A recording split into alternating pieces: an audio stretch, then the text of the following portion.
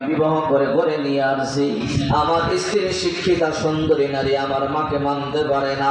সকালবেলা কাজে চলে যাই, যখন সন্ধ্যাবেলা কাজ থেকে ঘরের মধ্যে আসি, আমার বিবি কানে কানে আমার মায়ের সম্পর্কে বিভিন্ন রকমের কথাবার্তা বলে কান পরা দেয়।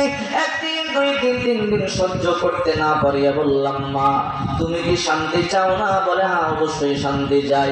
তোমার জন্য শান্তি পাই না কেন রে বাবা, কি হয়েছে? ও মা, আমার বিবিকে কষ্ট দাও। বলে না না, আমি বৃদ্ধা মা, তোর বিবিরে কষ্ট দেই না, বরং তোর বিবি আমারে বরং কষ্ট দেয়। পুত্রবধূ স্বামীরে কয়, ও স্বামী আমার, আপনার মায়ের জন্য সংসারে শান্তি পাই না।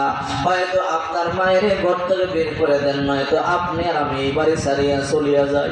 সন্তান এসে একদিন বলে, মা হয়তো তুমি আমার বাড়ি থেকে চলে যাও, নতুবা তোমাকে রাইখে আমরা চলে যাই।